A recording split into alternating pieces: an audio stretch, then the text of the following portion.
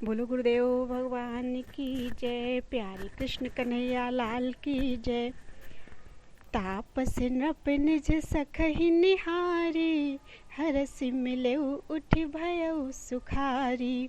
मित्र ही कही सब कथा सुनाई, जातु धन बोला सुख पाई। तपस्वी राजा अपने मित्र को देखकर प्रसन्न होकर उठकर मिला और सुखी हुआ। उसने मित्र को सब कथा कह सुनाई। तब राक्षस आनंदित होकर बोला, अब साधु रिपु सुनहु नरेसा, जो तुम कीन्ह मोर उपदेसा। परिहरि सोच रहूं तुम सोई, बिनु औषध व्याधि विधि खोई। हे राजन सुनो, जब तुमने मेरे कहने के अनुसार इतना काम कर लिया तो अब मैंने शत्रु को काबू में कर ही लिया समझो। तुम अब चिंता त्याग कर सो रहो। विधाता ने बिना ही दवा के रोग दूर कर दिया है।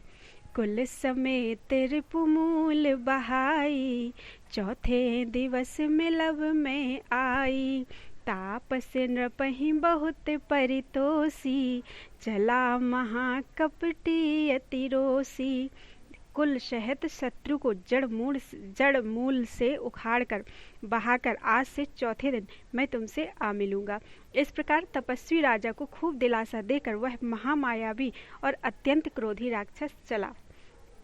भानु प्रताप ही बाज समेता, पहुँचाए सिछन माझ निकेता। नृपहि नारी पहि शयन कराई, है ग्रह बांध सी बाज बनाई। उसने प्रताप भानु राजा को घोड़े सहित क्षण भर में घर पहुंचा दिया। राजा को रानी के पास सुलाकर घोड़े को अच्छी तरह से घुड़साल में बांध दिया।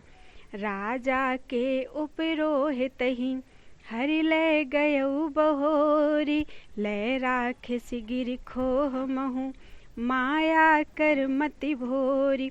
फिर वह राजा के पुरोहित को उठा ले गया और माया से उसकी बुद्धि को भ्रम में डालकर उसे अपने पहाड़ की खोह में ला रखा। आप बिरचि उपरोहित रूपा, परउ जाई तेहि सेज अनूपा। जागे नृप अन भये बिहाना, देखी भवन अति अचरज माना। वह आप पुरोहित का रूप बनाकर उसकी सुंदर सेज पर जा लेटा। राजा सवेरा होने से पहले ही जागा और अपना घर देखकर उसने बड़ा ही आश्चर्य माना। मुनि महिमा मन महु अनुमानी, उठे गवहि जेहि जान न रानी। कानन गयउ बाज चढ़ते ही, पुर नर नारी न जाने के ही। मन में मुनि की महिमा का अनुमान करके वह धीरे से उठा जिसमें रानी न जान पावे। फिर उसी घोड़े पर चढ़कर वन को चला गया। नगर की किसी भी स्त्री पुरुष ने नहीं जाना। गए जाम जुग भूपति आवा, घर घर उत्सव बाज बधावा। उपरोहित ही देख जब राजा, चकित बिलोक सुमिर सोई काजा। दोपहर बीत जाने पर राजा आया। घर घर उत्सव होने लगे और बधावा बजने लगा। जब राजा ने पुरोहित को देखा तब वह अपने उसी कार्य का स्मरण कर उसे आश्चर्य से देखने लगा। जुग समन पहि गए दिन तीनी, कपटी मुनि पद रहमति लीनी। समय जान उपरोहित आवा, नृपहि मते सब कही समुझावा। राजा को 3 दिन युग के समान बीते। उसकी बुद्धि कपटी मुनि के चरणों में लगी रही। निश्चित समय जानकर पुरोहित बना हुआ राक्षस आया और राजा के साथ की हुई गुप्त सलाह के अनुसार उसने अपने सब विचार उसे समझाकर कह दिए। नृप हर से पहचान गुरु, भ्रम बस रहा न चेत। बरे तुरत सत सहस बर, विप्र कुटुंब समेत। संकेत के अनुसार गुरु को उस रूप में पहचानकर राजा प्रसन्न हुआ। भ्रमवश उसे चेत न रहा कि यह तापस मुनि है या कालकेतु राक्षस।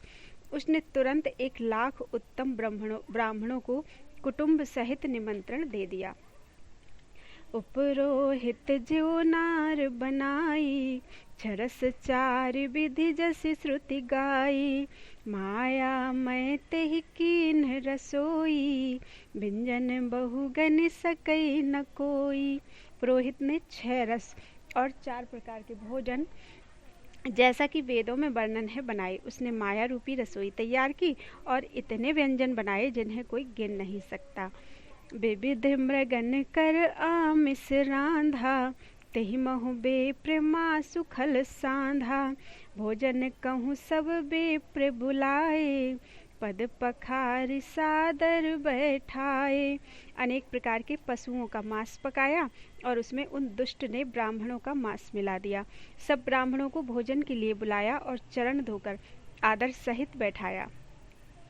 परुसन जब ही लाग मही पाला, भय आकाश बानी तेहि काला। विप्र वृंद उठे उठे ग्रह जाहू, है बड़ी हानि अन्न जन खाहू। ज्यों ही राजा परोसने लगा उसी समय कालकेतु कृत आकाशवाणी हुई, हे ब्राह्मणों, उठ उठकर अपने घर जाओ, यह अन्न मत खाओ, इसके खाने में बड़ी हानि है। भयउ रसोई भूसुर मासु, सब द्विज उठे मान विश्वासु। भूप बिकल मति मोह भुलानी, भावी वस न आव मुखवानी। रसोई में ब्राह्मणों का मांस बना है। आकाशवाणी का विश्वास मानकर सब ब्राह्मण उठ खड़े हुए। राजा व्याकुल हो गया, परंतु उसकी बुद्धि मोह में भूली हुई थी। होनहार बस उसके मुंह से एक बात भी ना निकली। बोले विप्र सकोप तब, नहीं कछु कीन्ह विचार। जाय निशाचर होहु नृप, मूढ़ सहित परिवार। तब ब्राह्मण क्रोध सहित बोल उठे। उन्होंने कुछ भी विचार नहीं किया। अरे मूर्ख राजा, तू जाकर परिवार सहित राक्षस हो जा। छत्र बंधु ते विप्र बुलाई, घाले लिए सहित समुदाय। ईश्वर राखा धर्म हमारा, जय हसि तै समेत परिवारा।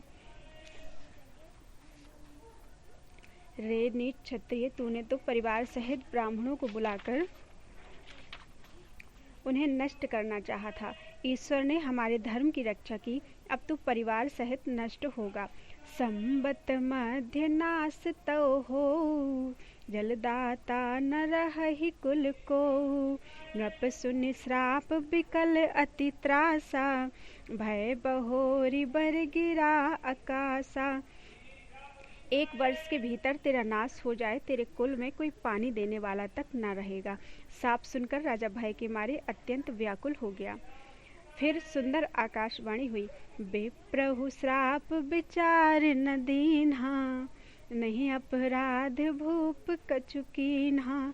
चकित विप्र सब सुनि नभ बानी, भूप गयउ जहाँ भोजन खानी। हे ब्राह्मणों, तुमने विचार कर शाप नहीं दिया, राजा ने कुछ भी अपराध नहीं किया। आकाशवाणी सुनकर सब ब्राह्मण चकित हो गए। तब राजा वहां गया जहां भोजन बना था। तहना असन नहीं विप्र सुआरा, फिरे राउ मन सोच अपारा। सब प्रसंग महिसुरन सुनाई, त्रसित परेउ अवनी अकुलाई। देखा तो वहां न भोजन था, न रसोइया ब्राह्मण ही था। तब राजा मन में अपार चिंता करता हुआ लौटा। उसने ब्राह्मणों को सब वृत्तांत सुनाया और बड़ा ही भयभीत और व्याकुल होकर वह पृथ्वी पर गिर पड़ा। भूपति भावी मिटई नहीं, यद्यपि न दूषण तोर।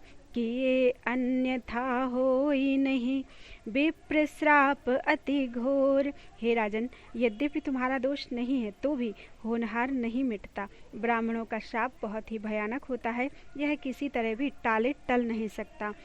अस कही सब महिदेव सिधाए, समाचार पुर लोगन पाए। सोचहि दूषण दैवहि देही, बिरचत हंस काग किए जेही। ऐसा कहकर सब ब्राह्मण चले गए। नगरवासियों ने जब यह समाचार पाया तो वे चिंता करने लगे और विधाता को दोष देने लगे, जिसने हंस बनाते कौवा बना कर दिया। हंस बनाते बनाते कौआ कर दिया।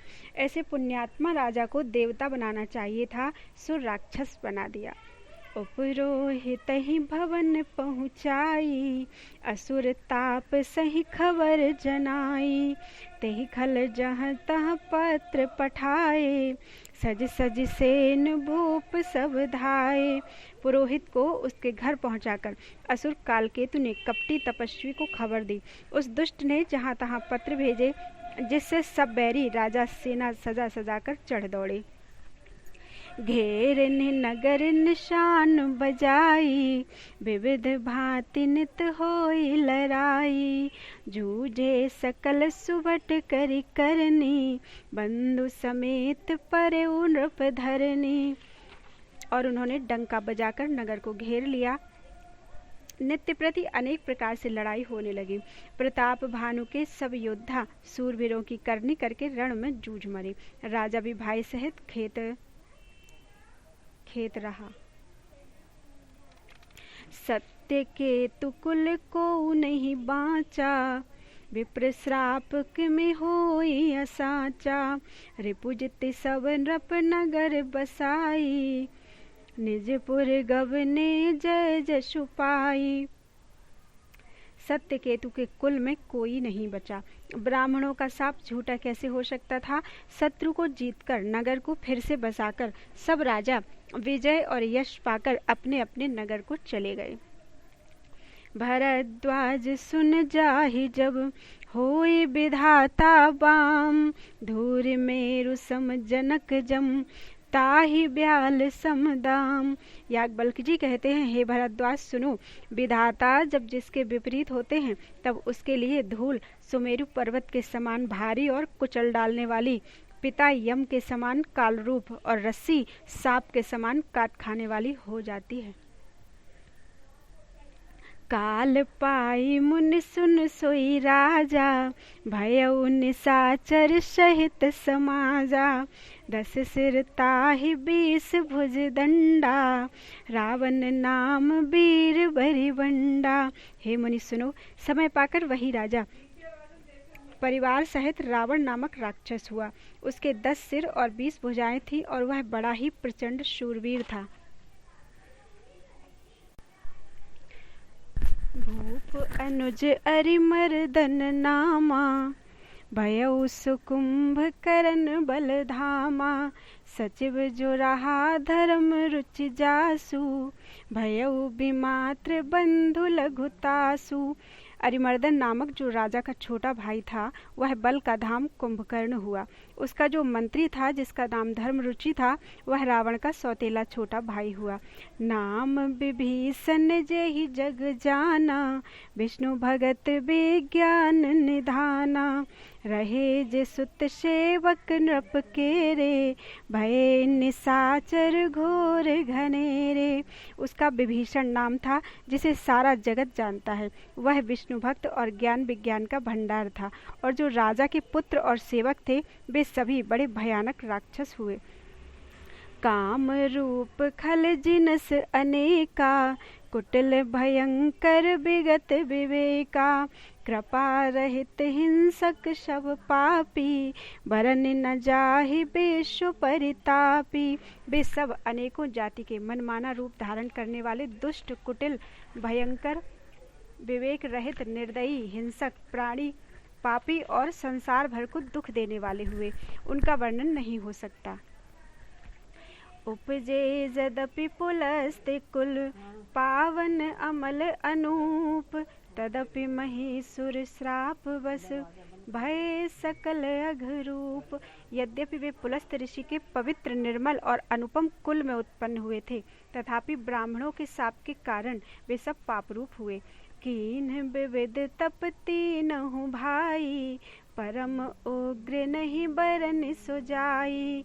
गयउ निकट तप देखि विधाता, मांगहु बर प्रसन्न में ताता। तीनों भाइयों ने अनेकों प्रकार की बड़ी ही कठिन तपस्या की, जिसका वर्णन नहीं हो सकता। उनका उग्र तप देखकर ब्रह्मा जी उनके पास गए और बोले, हे तात, मैं प्रसन्न हूँ, वर मांगो। कर बिनती पद गही 10 सीसा, बोले उ बचन सुनहु जगदीसा। हम काहू के मरहि न मारे, बानर मनुज जात दुई बारे। रावण ने विनय करके चरण पकड़कर कहा, हे जगदीश्वर सुनिए, बानर और मनुष्य इन 2 जातियों को छोड़कर हम और किसी के मारे ना मरे, यह वर दीजिए। एवमस्तु तुम बड़ तप कीन्हा, मैं ब्रह्मा मिलते ही वर दीन्हा। पुनि प्रभु कुंभ पर करन पहि गयऊ, तेहि बिलोक मन विस्मय भयऊ। शिव जी कहते हैं कि मैंने और ब्रह्मा ने मिलकर उसे वर दिया कि ऐसा ही हो, तुमने बड़ा तप किया है। फिर ब्रह्मा जी कुंभकर्ण के पास गए, उसे देखकर उनके मन में बड़ा आश्चर्य हुआ। जो ये ही खल नित्य करब आहारू, हुई है सब उजारी संसारू। सारद पे प्रेरिता सुमति फेरी, मांगे सी नींद स्मास सटकेरी। जो यह दुष्ट नित्य आहार करेगा तो सारा संसार ही उजड़ जाएगा। ऐसा विचार कर ब्रह्मा जी ने सरस्वती को प्रेरणा करके उसकी बुद्धि फेर दी, जिससे उसने 6 महीने की नींद मांगी।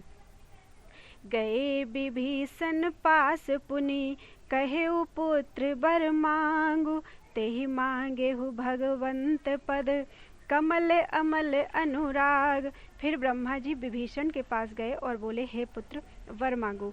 उसने भगवान के चरण कमलों में निर्मल निष्काम और अनन्य प्रेम मांगा।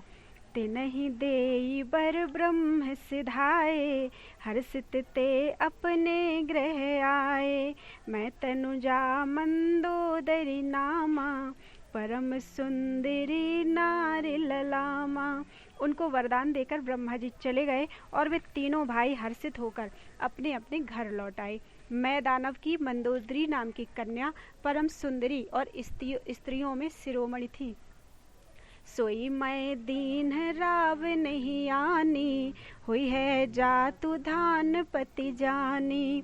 हर्षित भयउ नारी भली पाई, पुनि दो बंधु ब्याह सिजाई। मैंने उसे लाकर रावण को दिया। उसने जान लिया कि यह राक्षसों का राजा होगा। अच्छी स्त्री पाकर रावण प्रसन्न हुआ और फिर उसने जाकर दोनों भाइयों का विवाह कर दिया। गिरि त्रिकूट एक सिंधु मझारी, विधि निर्मित दुर्गम अति भारी। सोई मैं दानव बहुरी संवारा, कनक रचित मणि भवन अपारा। समुद्र के बीच में त्रिकूट नामक पर्वत पर ब्रह्मा का बनाया हुआ एक बड़ा भारी किला था। महान मायावी और निपुण कारीगर मैं दानव ने उसको फिर से सजा दिया। उसमें मणियों से जड़े हुए सोने के अनगिनत महल थे। भोगावती जैसी अहि कुल बासा, अमरावती जैसी सक्र निवासा।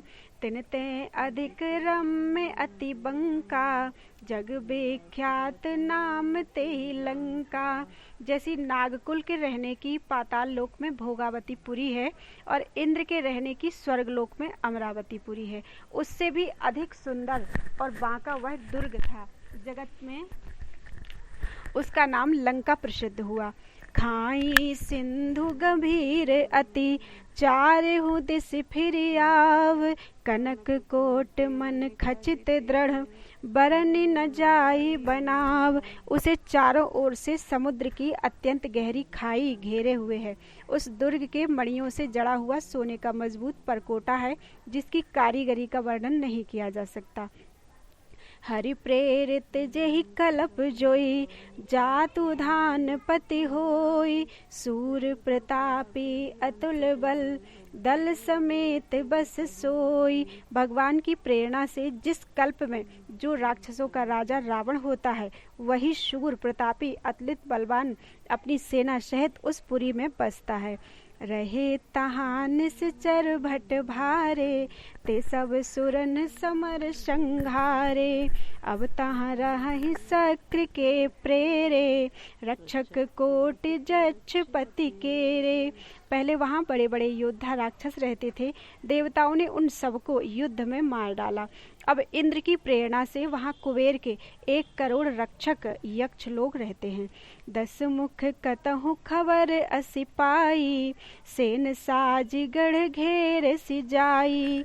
रावण देखी बिकट भट बड़ी कटकाई, जछ जीव ले गए पराई। रावण को कहीं ऐसी खबर मिली, तब उसने सेना सजाकर किले को जा घेरा। उस बड़े बिकट योद्धा उसकी बड़ी सेना को देखकर यक्ष अपने प्राण लेकर भाग गए। फिर सब नगर दसानन देखा, गयौ सोच सुख भयौ बिसेखा। सुंदर सहज अगम अनुमानी, कीन तहाँ रावण रजधानी। तब रावण ने घूम फिर कर सारा नगर देखा, उसकी स्थान संबंधी चिंता मिट गई और उसे बहुत ही सुख हुआ। उस पुरी को स्वाभाविक ही सुंदर और बाहर वालों के लिए दुर्गम अनुमान करके रावण ने वहां अपनी राजधानी कायम की। जेहि जस जोग बाटी ग्रह दीन है, सुखी सकल रजनी चर कीन है। एक बार कुबेर पर धावा, पुष्पक जान जीत ले आवा। योग्यता के अनुसार घरों को बांटकर रावण ने सब राक्षसों को सुखी किया। एक बार वह कुबेर पर चढ़ दौड़ा और उसने पुष्पक विमान को जीत कर ले आया। कौतुक कहीं कैलाश पुनि, लीन सिजाई उठाई। मनहु तौल निज बाहुबल, चला बहुत सुख पाई। फिर उसने जाकर एक बार खिलवाड़ में ही कैलाश पर्वत को उठा लिया और मानो अपनी भुजाओं का बल तौलकर बहुत सुख पाकर वह वहां से चला आया। सुख संपत्ति सुन सुत सेन सहाई, जय प्रताप बल बुद्धि बढ़ाई। नित नूतन सब बाढ़त जाई, जिमि प्रति लाभ लोभ अधिकाई। सुख संपत्ति पुत्र सेना सहायक जय प्रताप बल बुद्धि और बड़ाई, ये सब उसके नित्य नए वैसे ही बढ़ते जाते थे जैसे प्रत्येक लाभ पर लोभ बढ़ता जाता है। अति बल कुंभकर्ण अस भ्राता, जेहि कहूँ नहीं प्रतिभट जग जाता। करई पान सोवई सट मासा, जागत होई तिहु पुर त्रासा।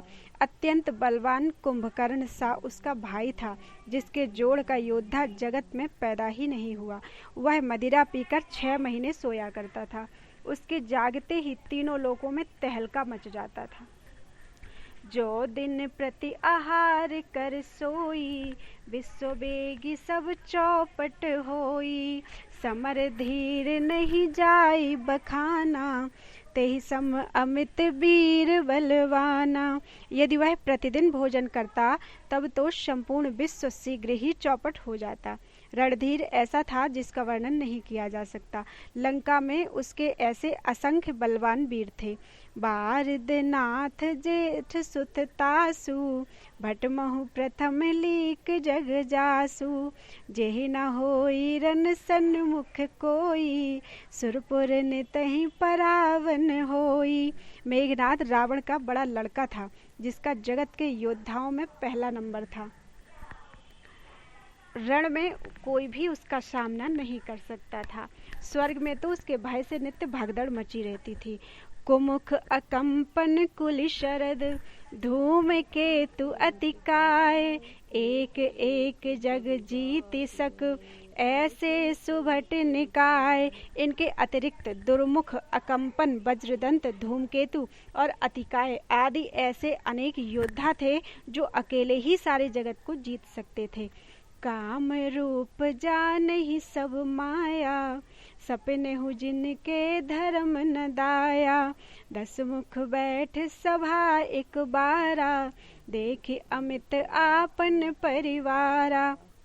सभी राक्षस मनमाना रूप बना सकते थे और आसुरी माया जानते थे। उनके दया धर्म स्वप्न में भी नहीं था।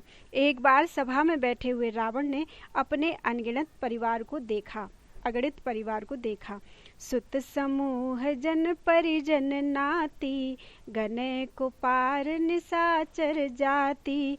सेन बिलो की सहज अभिमानी, बोला बचन क्रोध मद शानी।